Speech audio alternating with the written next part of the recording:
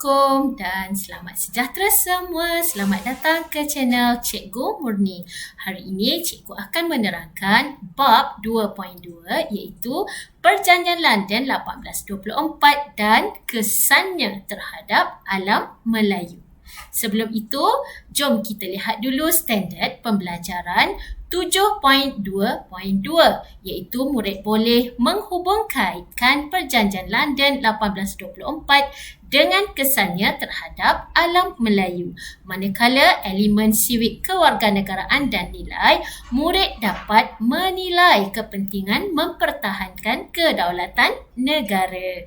Okey, seterusnya kita lihat dulu pengenalan kepada Perjanjian London 1824.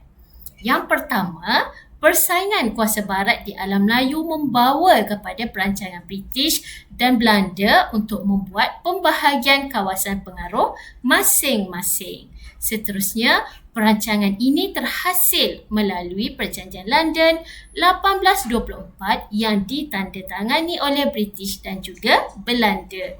Seterusnya, kandungan perjanjian tersebut merangkumi yang pertama mengenai wilayah pengaruh, perdagangan dan juga kewangan yang memberikan kesan penting terhadap alam Melayu.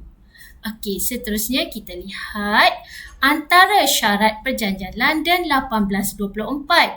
Okey, British berjanji syaratnya ialah British akan berundur dari Sumatera dan menyerahkan Bangkahulu kepada Belanda. Seterusnya, British juga berjanji tidak akan membuka pertempatan baharu di Kepulauan Riau Lingga dan kepulauan lain di selatan Singapura. Manakala Belanda pula mengiktiraf pertempatan British di Singapura. Yang kedua, menyerahkan Melaka dan jajahan takluknya kepada British. Dan yang ketiga, Belanda juga berjanji tidak akan membuka pertempatan baharu di tanah Melayu. Okey, ini ialah 6 syarat antara British dan juga Belanda. Seterusnya, kita lihat kesan Perjanjian London 1824. Ada 3 kesannya iaitu yang pertama, pembahagian alam Melayu kepada 2 lingkaran pengaruh barat. Dan yang kedua, perpecahan Empayar Kesultanan Johor Riau. Dan yang ketiga, Selat Melaka di bawah penguasaan British.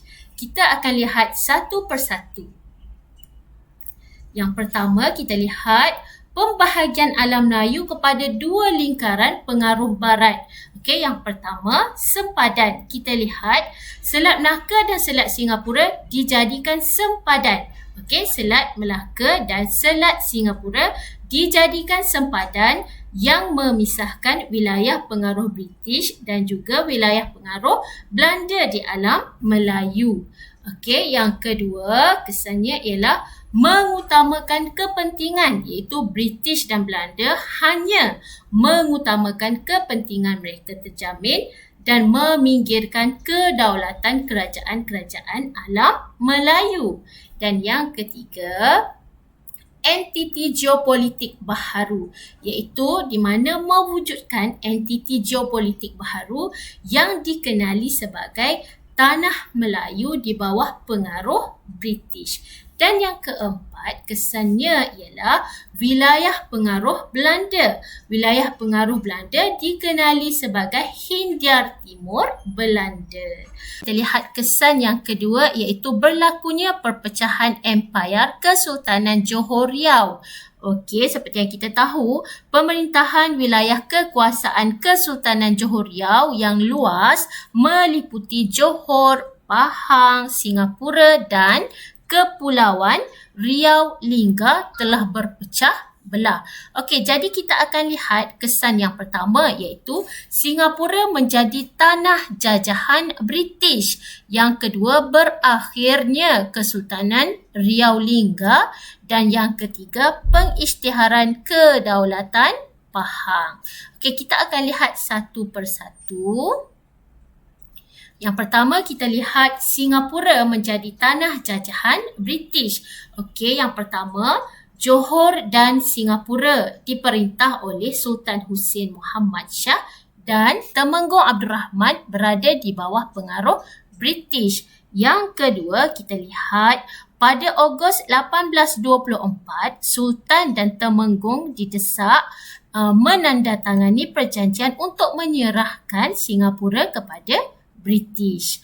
Okey, seterusnya kita lihat Sultan Hussein Muhammad Shah meninggalkan tempat semayamnya di Kampung Gelam, Singapura dan berpindah ke Bandar Hilir, Melaka.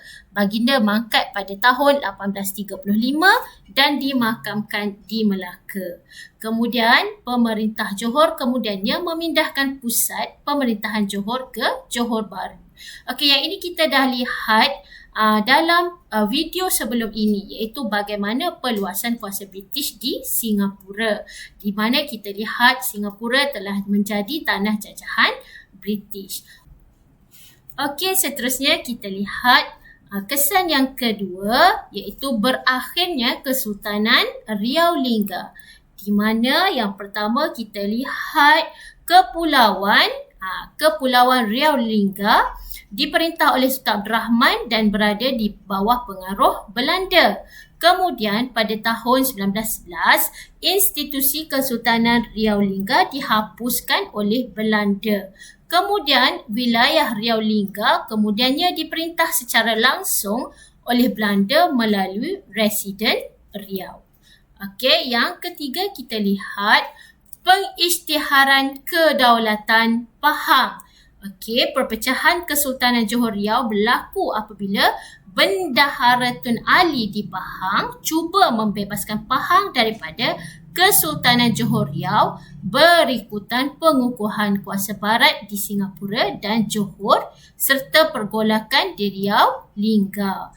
Kemudian pada tahun 1853 dengan muafakat pembesar Pahang, Bendahara mengisytiharkan Pahang sebagai negeri yang bebas dan berdaulat. Seperti yang awal-awal tadi cikgu dah bagi tahu, pada awalnya Pahang ini berada di bawah pemerintahan wilayah kekuasaan Kesultanan Johor Riau. Kesan daripada perjanjian London 1824 ini berlaku pergolakan antara Belanda dan British sehinggalah akhirnya Pahang ini mengisytiharkan sebagai negeri yang bebas dan berdaulat. Okey, seterusnya kita lihat kesan yang ketiga, iaitu Selat Melaka di bawah penguasaan British, iaitu di mana British telah menguasai perdagangan di Selat Melaka. Okey, perdagangan di Selat Melaka dikuasai sepenuhnya oleh British kerana memiliki 3 pelabuhan strategik, iaitu di mana? Pulau Pinang, Melaka dan Singapura. Okey, ni kesan daripada perjanjian tadilah yang berlaku di mana Belanda telah menyerahkan Melaka kepada British. Jadi dengan itu British berjaya memiliki Pulau Pinang, Melaka dan Singapura. Okey, 3 pelabuhan yang strategik. Kemudian apa yang berlaku kepada Belanda ialah pengunduran Belanda dari tanah Melayu. Maksudnya apa dia? Pengunduran Belanda dari tanah Melayu telah membuka peluang kepada British untuk meluaskan kuasa ke negeri-negeri Melayu. Daripada perjanjian itu tadi, Belanda mengundur diri ataupun menarik diri daripada tanah Melayu dan telah berjanji tidak akan membuka mana-mana pertempatan baharu di Kepulauan Alam Melayu. Okey, seterusnya kita lihat rumusan. Apakah rumusan yang kita dapat daripada topik ini? Iaitu perjanjian London 1824 telah memaparkan Pakatan Kuasa Barat dalam menangani persaingan di alam Melayu. Kemudian British dan Belanda bertindak sewenang-wenangnya tanpa melibatkan Raja-Raja Melayu dengan membahagi-bahagikan wilayah Kesultanan Melayu yang berdaulat. Pada asalnya mereka datang untuk membuka pertempatan dan akhirnya mereka membahagi-bahagikan kawasan sewenang-wenangnya. Kemudian yang ketiga, perjanjian tersebut telah merintis pembahagian alam Melayu menjadi 2 buah entiti yang berasingan dan menjadi asas kepada sempadan Malaysia dan Indonesia pada masa ini. Kemudian peristiwa ini memberi kesedaran kepada kita tentang kepentingan mempertahankan kedaulatan negara daripada pencerobohan kuasa asing. Jadi sekian sahaja untuk video kali ini. Sekiranya bermanfaat, jangan lupa like, komen, share dan juga subscribe. Okey, untuk latihan cikgu akan letakkan di bahagian description. Jangan lupa untuk menyelesaikan latihan tersebut bagi memantapkan pengetahuan anda. Okey, Assalamualaikum dan bye-bye.